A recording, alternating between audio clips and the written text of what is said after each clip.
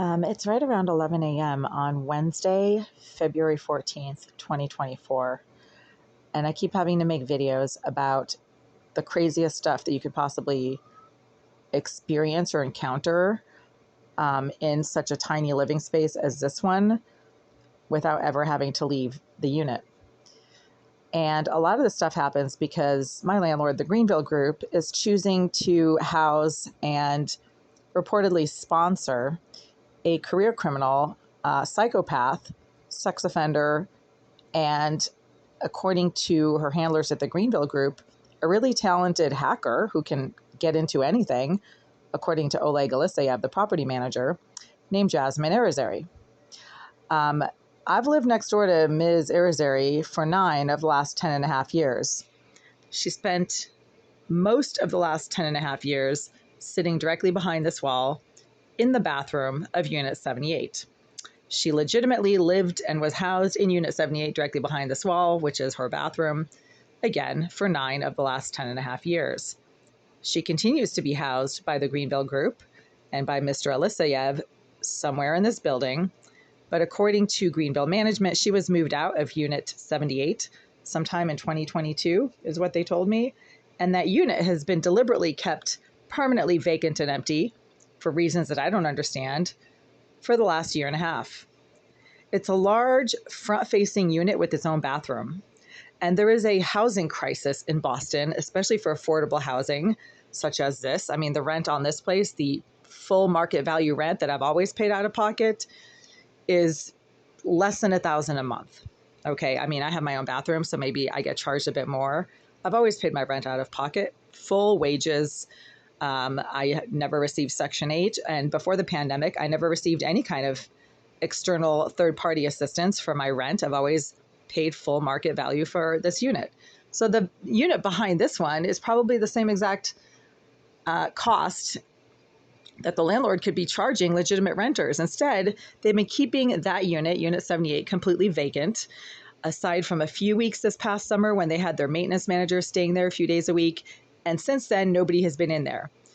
Irizarry, the psychopath, sex offender, psychotic stalker, and hacker, who apparently is somehow hiring herself out as a paid stalker and harasser, she keeps accessing the bathroom of her former unit. And then she likes to smack that wall and blow all kinds of intense, stinking marijuana and cigar and cigarette smoke and burning rubber smoke straight through this wall from directly behind it because she wants me to know that she's just a few feet away. She seems to be intent on making me as uncomfortable and, uncomfortable basically as she possibly can. So she smacks the wall behind my toilet when I try to use the toilet. She starts filling the entire bathroom with smoke and fumes when I try to take a shower. She likes to smack this wall right here behind my sink when I wash my hands after using the facilities in my bathroom, that kind of thing. She's been referred to by a staffer at the Greenville Group as their surveillance expert, meaning she's using surveillance devices in this unit. She's apparently managing the surveillance devices that dozens of people have told me are in this unit in one way or another.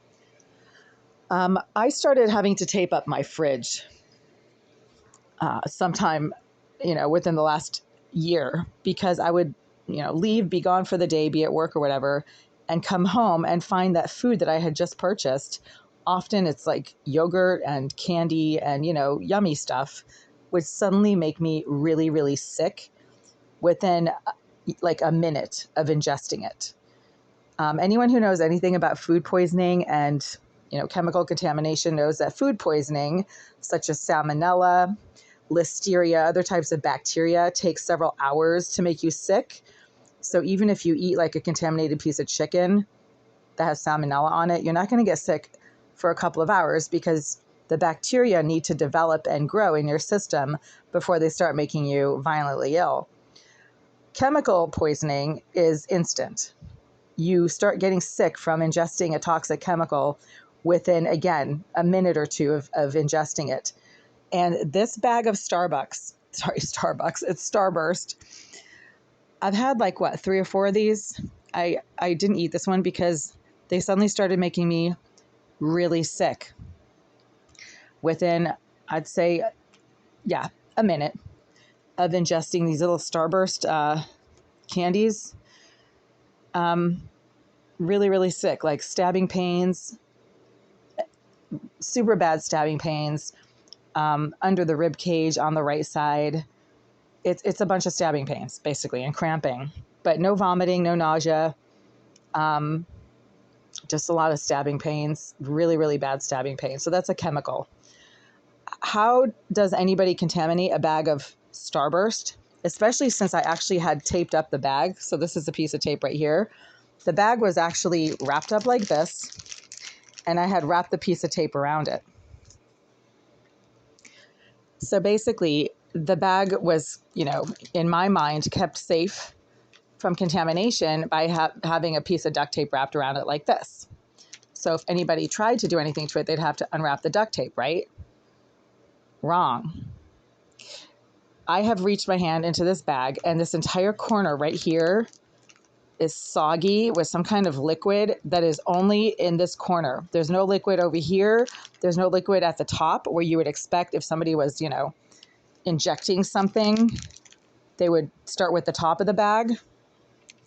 So I barely opened this bag, meaning I only cut a little corner off of it so that I could just reach in and have enough space to pull out a couple of candies, but did not open the entire top of the bag, again, because I know that this psychopath, Jasmine Arizari, likes to contaminate the candy and the healthy food. So she goes for the yogurts, the fruit cups, the chocolate, the candy, that's the stuff that she contaminates. And you'd think that if somebody was using some type of liquid chemical contaminant to try to contaminate, like pour it into the bag, they would do it from the top, right? Because this is where it's open. But when you reach into the bag from the top, there's no liquid at the top. But there is a puddle of liquid right here in this corner right here. All of the Starburst candies in this corner right here, they're all wet and soggy. And I can't eat them because there's some kind of liquid covering them. But all the ones at the top are dry and they're fine to eat. But if I eat one from the bottom, those are the ones that I just ingested, and they started making me really sick. So how does anybody get a liquid into the very bottom corner of a bag where the top part is completely dry and there's absolutely no liquid anywhere in the top part and the contents are safe to eat? But then when you get to the bottom, because I kind of reach my hand in there, and you eat the ones at the bottom, it's all wet and soggy with some type of apparent chemical contaminant. Well, I'll tell you how. And I made videos about this a year ago, because yogurts also that were unopened would suddenly make me sick. Well, they use a syringe, right? If you have a syringe, you can just poke a hole, inject it. You get a bunch of liquid pooling right here. And then all of the little Starburst, keep calling them Starbucks, candies start soaking in this toxic liquid, whatever it is. And then when you unwrap them and they're a bit soggy and wet and soft, you eat them, you get sick. That just happened. So last night at around, 11:30 p.m., I pulled out a yogurt container with a sealed tinfoil top, just like this one, from my fridge, where I've had it for the last day and a half. This is a tinfoil covering, so you can actually poke a hole in it. See, I'm poking a hole in it with the fork, right? Eating that yogurt at 11:30 last night suddenly induced almost instantaneous stabbing pains under my rib cage, in the right side, and a lot of sudden cramping. That's what I'm dealing with right now from having eaten like 4 of these soggy Starburst candies that I kind of got from the bottom of the bag. And the same exact symptoms I got were the ones that I got last night at around 11:30 p.m. after eating a sealed, Chobani yogurt, exactly like this one, that I'd had for just a day and a half. I've mentioned in several, like half a dozen prior videos I made over the last year, it's always the yogurts, and it's always the yogurts that are individually sealed and have a tinfoil top that you can easily poke a hole in. And apparently whoever managed to get a pool of liquid at the very bottom of this bag, when there's absolutely no liquid anywhere near the top and everything at the top is dry, And the bag was actually, like I said, sealed with this piece of tape. So how did the liquid get into this bag? Well, they're using a syringe, right? A needle and a syringe. So whatever chemical they're using, it could be bleach, it could be Drano, it could be, you know, anything that you can put into a syringe. They're poking holes into these containers, into these plastics, and injecting some kind of chemical that immediately induces sudden stabbing pains and cramping. And it usually lasts for a couple of hours. It could be bleach. It could be something worse, drain cleaner. I mean, anything, right?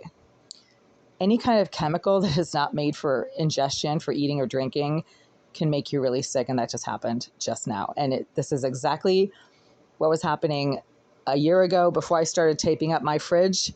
So how did these two items get suddenly contaminated? Well, over the last couple of days, I've gone up and down the hallway a few times and been in the common bathroom, you know, for a minute or two with the door unlocked. So somebody who knows exactly what I do in this unit and when I'm in here and when I'm not and where I'm going, basically, obviously came in here when I was down the hall with the door unlocked and knew exactly where I keep all of my food and knew exactly which items to go for. And they always go for the same exact items. Again, this happened for months and months. This past year, last January, last February, last March, when I was working full time, it's always the same exact items that get contaminated. And there's nothing in a Starburst candy that could possibly make you sick instantaneously with the same exact symptoms that, you know, you get from eating a Chobani that's, you know, I ate the Chobani like 12 hours ago. Same exact set of symptoms. Why? Because it's the same exact contamination. And again, they're using some type of a syringe. That's the only way that the bottom of this bag right here could have a puddle of liquid in here at the very bottom, but the top is completely dry. And this yogurt right here last night made me sick and it was sealed, right? But because it has a tinfoil top, it's really easy to poke a hole in. Anybody can just inject whatever they want in there. And again, there's obviously surveillance devices in here because I was only gone for a couple of minutes in the bathroom down the hall, closed my door, but did not lock it. And this has been going on since 2017. The same psychopath who used to live in that bathroom right there, and she used to basically just be on the floor, and I would encounter her in the hallways and the stairwells. She started contaminating mugs of coffee that I would leave on that counter, right? Just for a few minutes. And again, I'd go down the hall, you know, just to the common bathroom for a couple of minutes and not lock my door. Then I'd come back and, you know, drink coffee from the mug I'd left on that counter. And the coffee would make me instantly ill with sudden stabbing and cramping. That is exactly the same kind of sudden stabbing and cramping that I'm getting now. She was probably just using something like bleach. And this started happening in 2017.